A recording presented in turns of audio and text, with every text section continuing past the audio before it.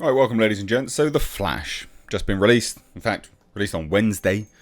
Although everyone keeps counting Thursday night previews. It's basically 2 days of previews. This film's doing reasonably well in terms of its feedback. So say from, as we can see here on Rotten Tomatoes, 67% over the critics and then 87% on the audience score. It's doing well. People reasonably like the film. They are enjoying the film for all intents and purposes. I myself have reviewed this film. I'll leave it linked above. I sort of give it like a 5 or a 6 out of 10. It was fine. Nothing massively offensive. Awful CGI, but is what it is. However, it's looking like the initial reports on the box office were correct, or at least pretty accurate. And it's looking like this film is going to really struggle to go over the 60 to 65 million mark. Which would be an incredible bomb for this film. No word of a lie, that would be absolutely appalling.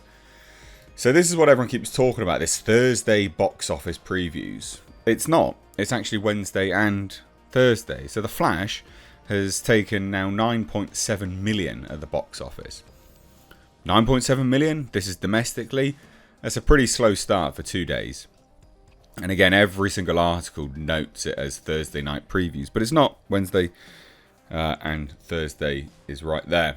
But this is, again, not great.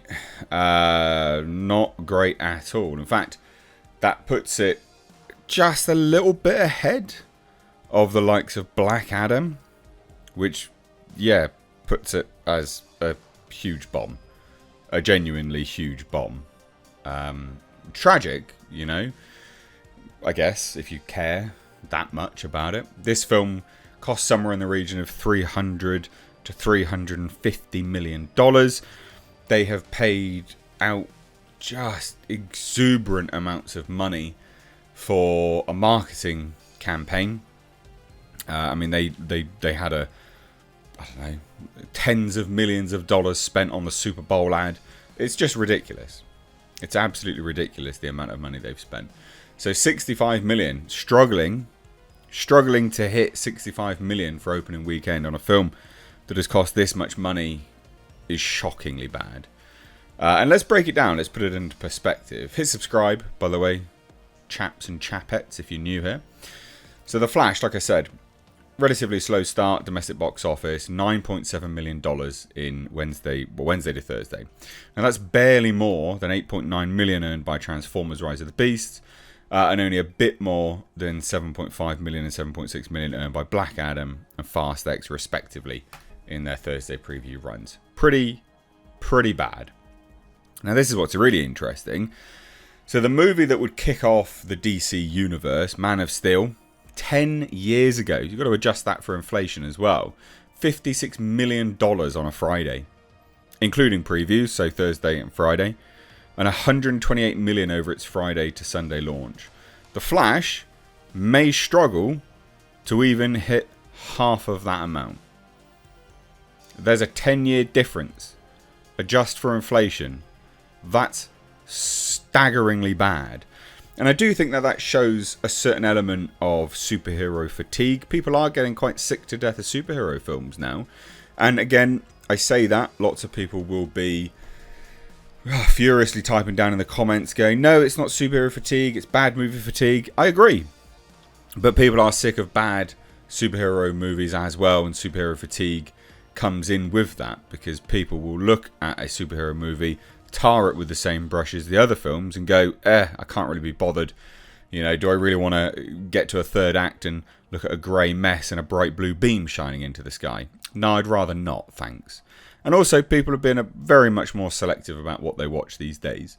And these movies have been paint by numbers for some time.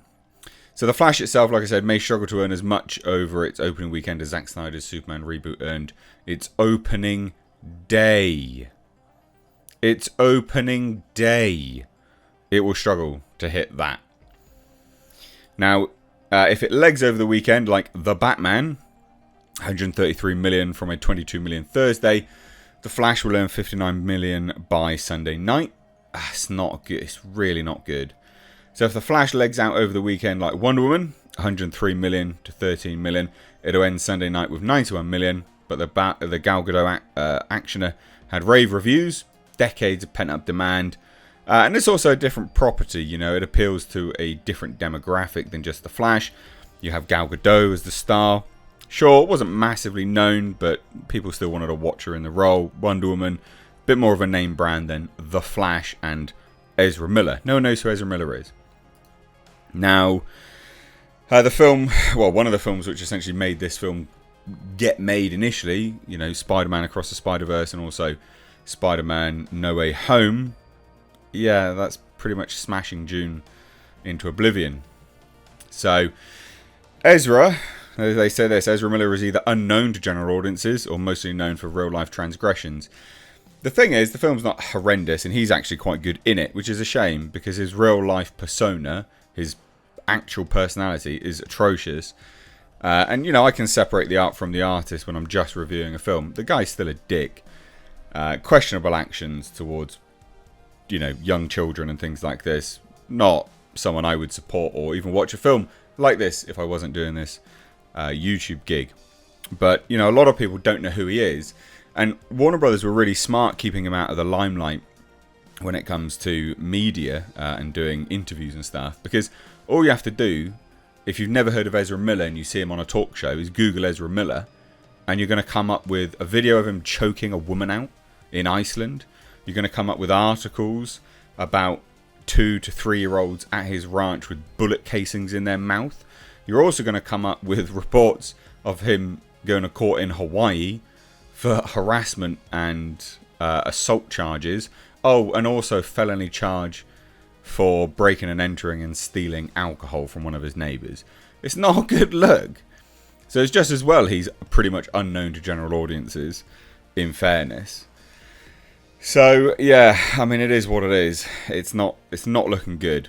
You know, 67% from critics. Who really cares about that specifically? But it's the audience. You know, the audience seems to like it reasonably well, but no one else is going to watch it. DC fans, they're not coming out. I think also people are aware that DC is being rebooted, and they're just not coming out. This will be a huge bomb. A massive bomb. Beyond belief. And again, you know, I didn't mind the film, in fairness. I've said it, and I've also... I can discern the difference between a film being pretty decent and also the fact that the actor is, you know, less to be desired. Two things can be true, ladies and gents. And also, the film can also cost too much and be a bomb on the back end because it's not going to earn any money. These can all be true at the same time. That's called being an adult. So there you have it, guys. It's not looking good for The Flash, but box office in general has been down. But we can't use that as an excuse all the time. You know, it's just not you just can't keep using that as an excuse for these events that keep occurring. There are films that come out and absolutely smash the box office, Super Mario Brothers being one of them. It's not just that. You know, it's the fact that people just aren't interested in this right now. They're just not. So let me know what you think down below. If you've seen the film, did you like it? Do you think it deserves more money? Do you care? I'd love to hear it. Cheers, guys. Take care.